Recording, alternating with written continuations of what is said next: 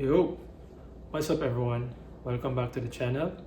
If you're new here, my name is Andre and I've been day trading for a little over 5 years now, where I've learned from multiple successful traders and found some amount of success for myself while doing day trading. In today's video, I will be doing a recap of all the trades that I've taken this week and doing some chart breakdown of the pairs that I currently trade. Let's go!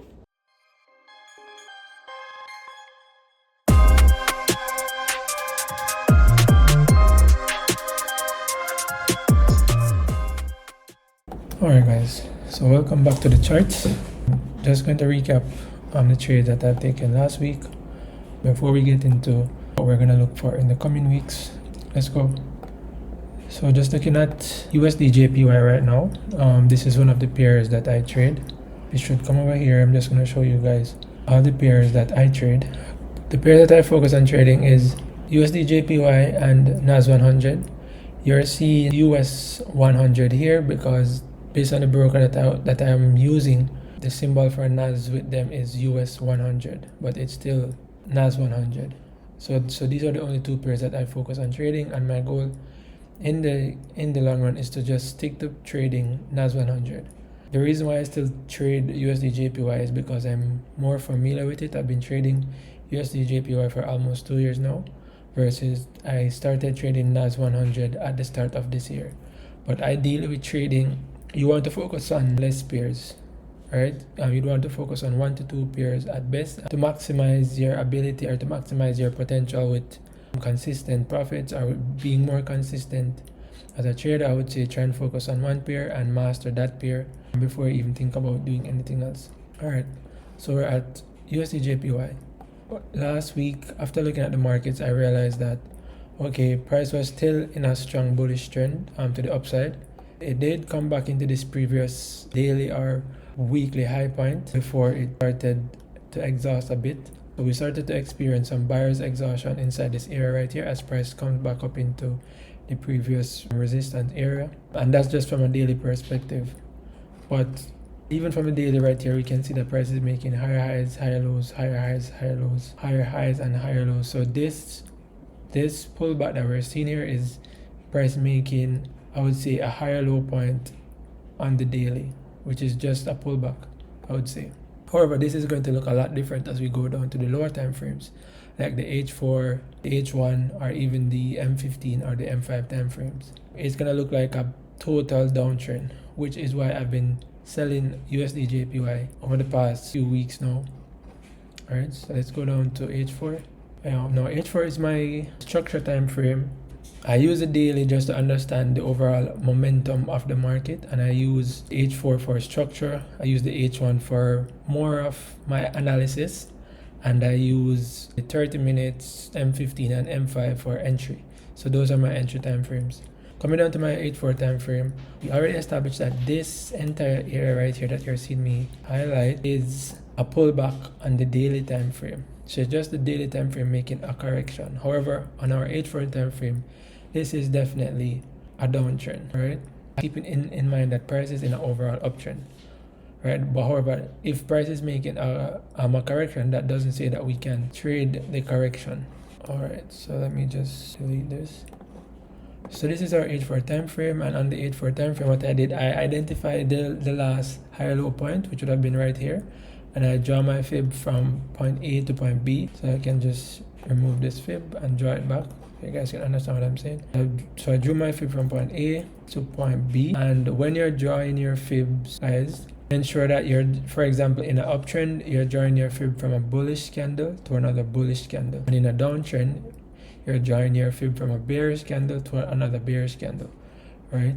And it takes a bullish and a bearish candle to create a support area or to create a point of resistance, of course.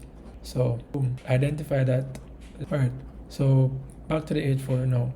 As I was saying, price is in an overall uptrend. We go from point A to point B with our fib, and now we're measuring this entire retracement, right?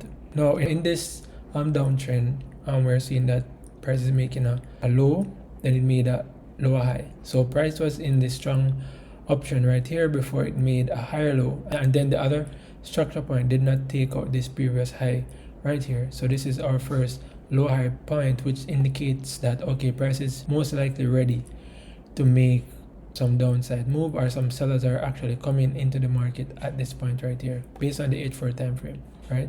We're gonna fine tune this some more. I'm just explaining what I was seeing on the 8-4 time frame at this point. So this was the first H4 low high point, and then price broke this structure right here and created a lower low. Then it created another lower high, made a lower low, and then another lower high, etc.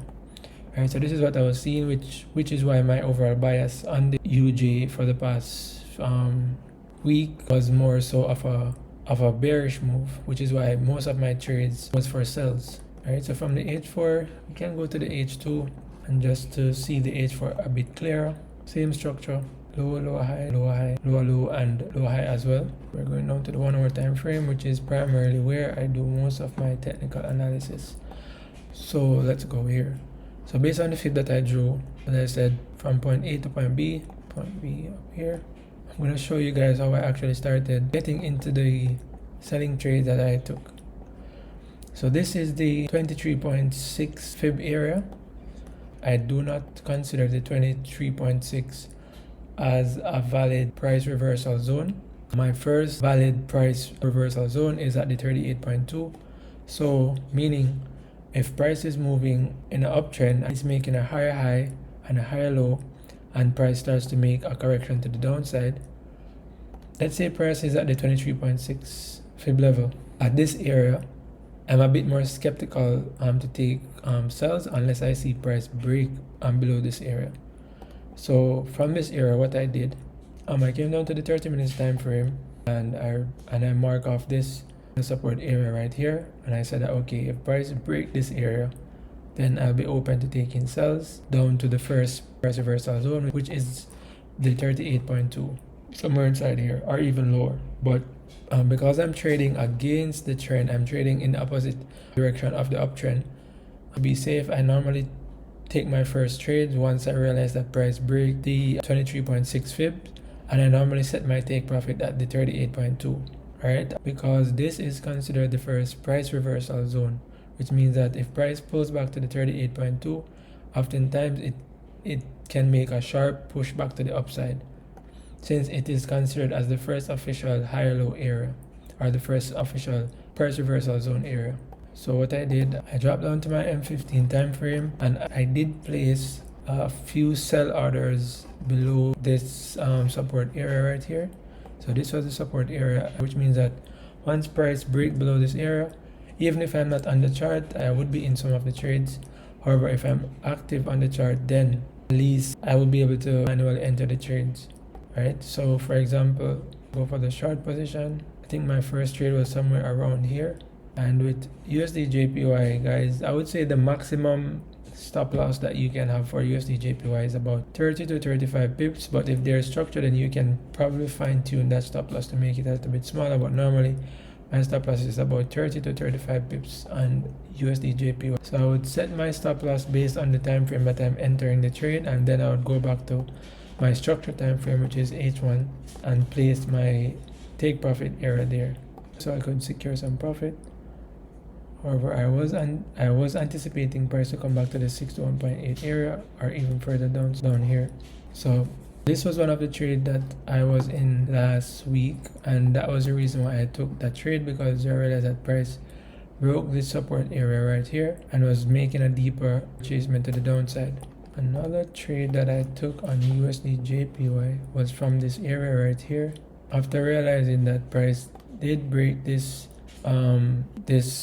after realizing that price did break this higher low area right here and made a further movement to the downside, it did create what I consider to be a lower low area, and then price came back up in this area, and I marked this off as my low high point, which was right here.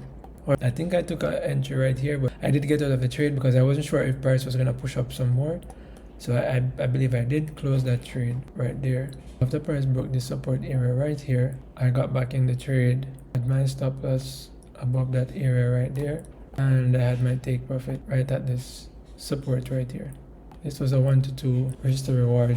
So this was another trade that I took last week, which was a sell on USDJPY. So let's hop over to Nas100 and look at some trade that I took there. So as we can see right now from Nas100, price is still making that bullish move to the upside. So I'm going to look at two of the trades that I took on Nas last week and the reason why I took those trades. Right, so as I said, for Nas, price was in an overall bullish move.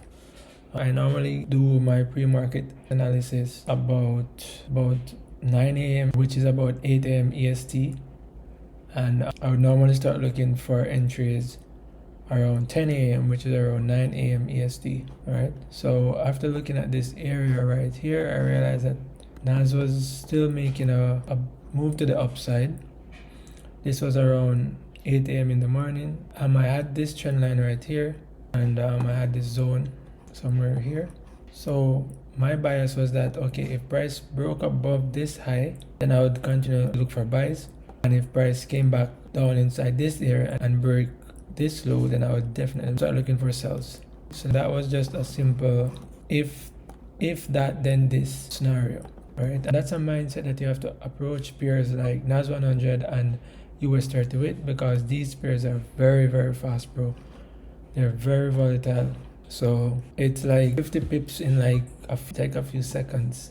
Alright, so that was my bias for this trade. However, I was more leaning towards taking buys because, as I was already aware, price was making push to the upside. So I was just trying to trade with the trend. As you can see, at about 10 a.m. price started making its way to the upside. So once price broke above this area right here, I got into buys somewhere inside here. For Nas, my stop loss is normally about 50 pips. So my stop loss was below this area and my take profit was, let me go back to the higher time frame to find a suitable take profit area. My take profit was based on this fib right here that I had at the negative 27%. So this was an example of a trade that I took in last week's market for Nas100.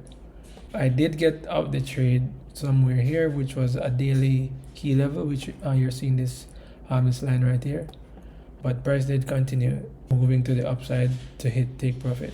With that said, those were just a few of the trades that I took last week in last week's market.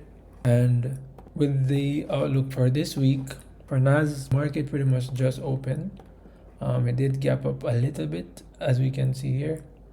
However, I don't normally rush the trade on Sundays. I normally wait at least until New York open on Monday before taking a serious look at the market and seeing what's possible. With that said, guys, I believe that's it for this video. Thank you guys for watching. If you have any questions, please leave them in the comments below, or you guys can reach me on Instagram at Dre the Grateful. That's DREGRATEFUL. That's my handle. Send me a DM there and I'll surely respond. See you in the next one.